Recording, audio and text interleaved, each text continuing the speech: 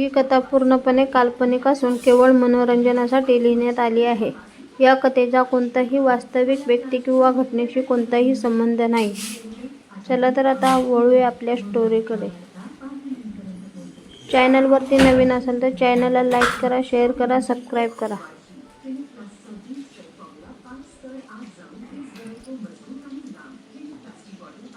लोहगडाचा काळा कड भाग 3.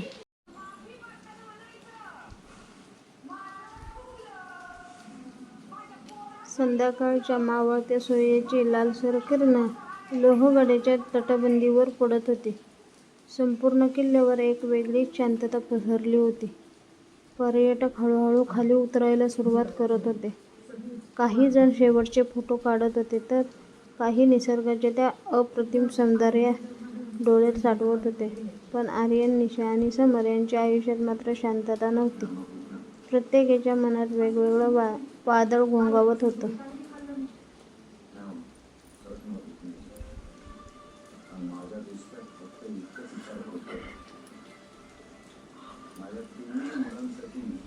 वाऱ्याच्या प्रत्येक झोकेसोबत जणू नियती त्यांना एका मोठ्या सत्याकडे ढकलत होती. निशाने थरथरत्या हाताने मोबाईल उघडला. समीरचा शेवटचा मेसेज अजून स्क्रीनवर चमकत होता. आज निर्णय घे, नाहीतर कायमचा मला विसर. त्या एका ओळीने त्याच्या डोळ्यात पाणी आलं. समोर काही अंतरावर आर्यन उभा राहून तिला हात दाखवत होता. तिच्या चेहऱ्यावर नेहमीसारखंच निष्पाप हसू होतं. ते हसण्यात स्वार्थ नव्हता, संशय नव्हता, फक्त विश्वास होता.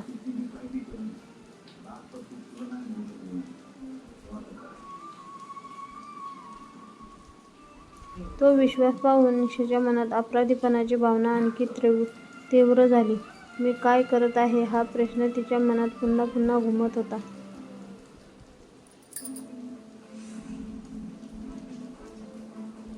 आर्यन तिच्या जवळ आला आणि शांतपणे म्हणाला, निशा, मला आज दिवसभर असं वाटतंय की तू माझ्यापासून काहीतरी लपवत आहेस.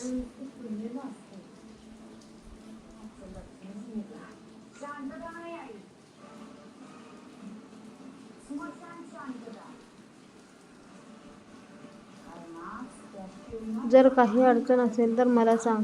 लग्न म्हणजे फक्त दोन माणसांचं नातं नसतं, तर विश्वासाचं बंधन असतं. त्याचे शब्द ऐकताच निशाच्या डोळ्यातून अश्रू वाहू लागले. ती काही बोलणार इतक्यात तिचा मोबाईल पुन्हा वाजला. समीरचा कॉल होता. तिने घाईघाईने फोन सायलेंट केला. दूरवर उभा असलेला समीर आता अधीर झाला होता. गर्दी कमी होत चालली होती आणि त्याला वाटत होतं की त्याची संधी निष्ठत आहे. त्याने आजूबाजूला नजर फिरवली. काही पर्यटक खाली उतरले होते. किल्ल्याच्या एका बाजूला आता फार कमी लोक उरले होते.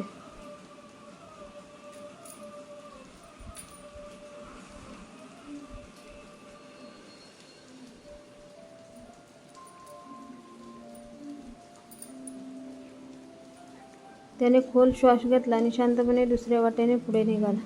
त्याच्या चेहऱ्यावर तणाव स्पष्ट दिसत होता. त्याला हे समजत होतं की एक चुकीचा निर्णय त्याचं आयुष्यही उद्ध्वस्त करू शकतो. निशा अचानक थांबली. तिने आर्यनकडे पाहिलं. मला तुझ्याशी एक महत्त्वाची गोष्ट बोलायची आहे. तिचा आवाज कापत होता. आर्यन हसत म्हणाला, चल त्या तटावर बसू, शांतपणे बोलू. दोघे तटबंदीवर बसले. खाली दरीतून येणारा वारा त्यांच्या चेहऱ्यावर आदळत होता.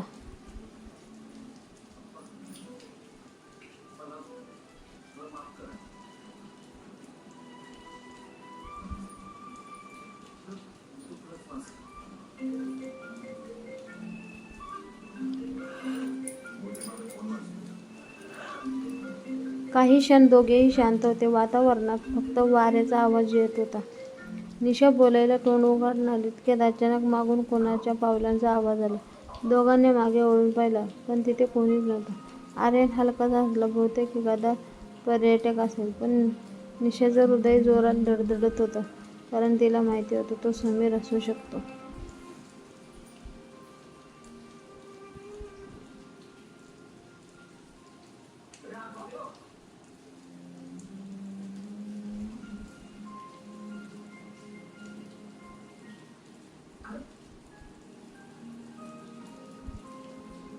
सूर्य आता पूर्णपणे मावळतीकडे झुकला होता. आकाशात केसरी आणि जांभळे रंग पसरले होते. त्या सुंदर दृश्याकडे पाहत आर्यन म्हणाला, किती सुंदर आहे ना हे सगळं. मला फक्त एवढंच हवं आहे की आयुष्यभर तू माझ्यासोबत अशीच राहावी. हे शब्द ऐकून निशा पूर्णपणे कोसळली. तिच्या डोळ्यातून अश्रू वाहू लागले. ती काहीतरी सांगणार होती, पण त्याच क्षणी झुडपामधून कोणीतरी बाहेर पडलं.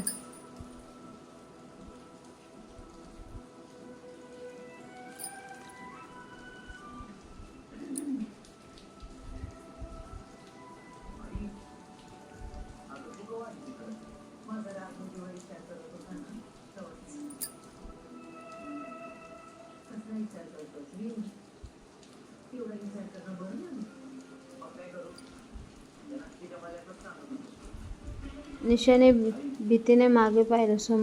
समोर समीर उभा होता. त्याच्या चेहऱ्यावर राग, निराशा आणि घाई स्पष्ट दिसत होते. काही क्षण तिघेही एकमेकांकडे निशब्द पाहत राहिले. लोहगडाच्या शांत वातावरणात आता फक्त जोरात वाहणाऱ्या वाऱ्याचा आवाज ऐकू येत होता.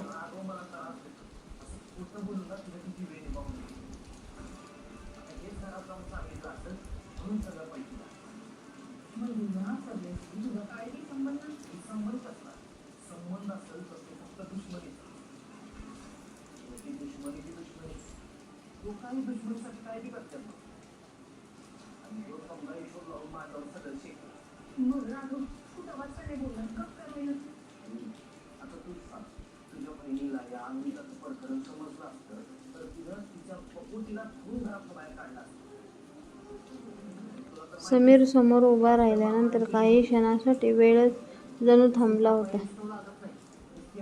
आर्यनच्या चेहऱ्यावर आश्चर्य स्पष्ट दिसत होतं. त्याने निशाकडे पाहिलं आणि पुन्हा समीरकडे नजर वळवली. निशा, हा कोण आहे? त्याने शांतपणे गंभीर आवाजात विचारलं. त्या एका प्रश्नाने निशाचं हृदय जोराने धडधडू लागले. तिच्या ओठावर शब्द येत होते, पण ते बाहेर पडत नव्हते. समीर मात्र काही पावलं पुढे आला. त्याच्या डोळ्यात राग, वेदना आणि अनेक वर्षांचा साचलेला संताप दिसत होता. निशाने थरथरत्या आवाजात उत्तर द्यायचा प्रयत्न केला. आर्यन, मी तुला सगळं सांगणार होते. पण तिचं वाक्य पूर्ण होण्याआधीच समीर म्हणाला, नाही निशा, आता सत्य लपवण्याची वेळ संपली आहे. हे ऐकताच आर्यनच्या चेहऱ्यावरचा हसू पूर्णपणे नाहीसे झालं. त्याच्या मनात हजारो प्रश्न निर्माण झाले. त्याला समजत नव्हतं की हे दोघे एकमेकांना कसे ओळखतात. त्याने निशाच्या डोळ्यात पाहिलं.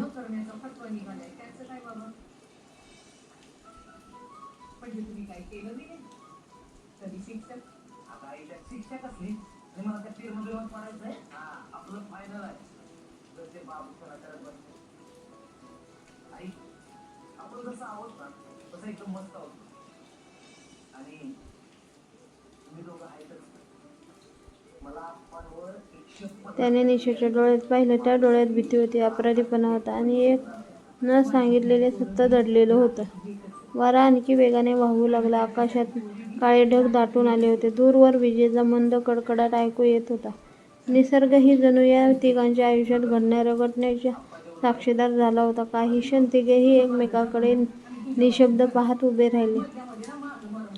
अचानक समीरने आपल्या खिशातून एक जुना फोटो बाहेर काढला. त्या फोटोमध्ये तो आणि निशा कॉलेजच्या दिवसात हसताना दिसत होते. आर्यन, हीच खरी गोष्ट आहे, समीर शांतपणे म्हणाला. आम्ही एकेकाळी एकमेकांवर प्रेम करत होतो.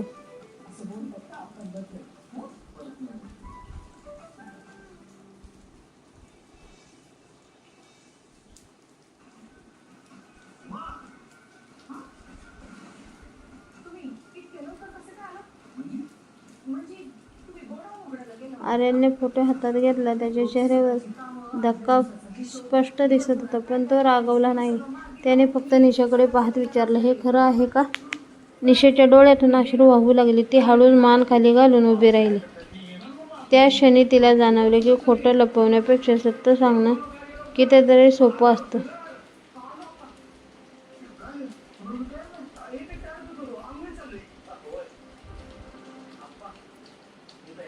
पण आता सत्य उघड होण्याची किंमत खूप मोठी होती.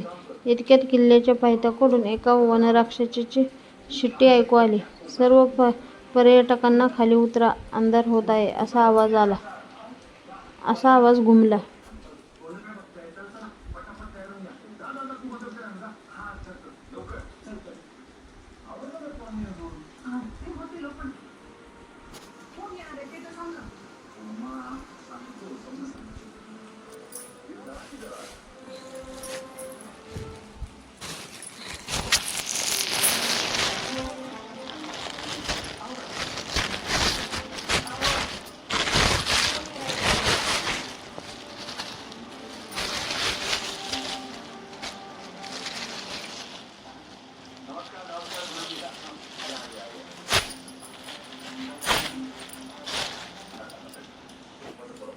त्या आवाजामुळे वातावरणातील तणाव काही क्षणांसाठी तुटला.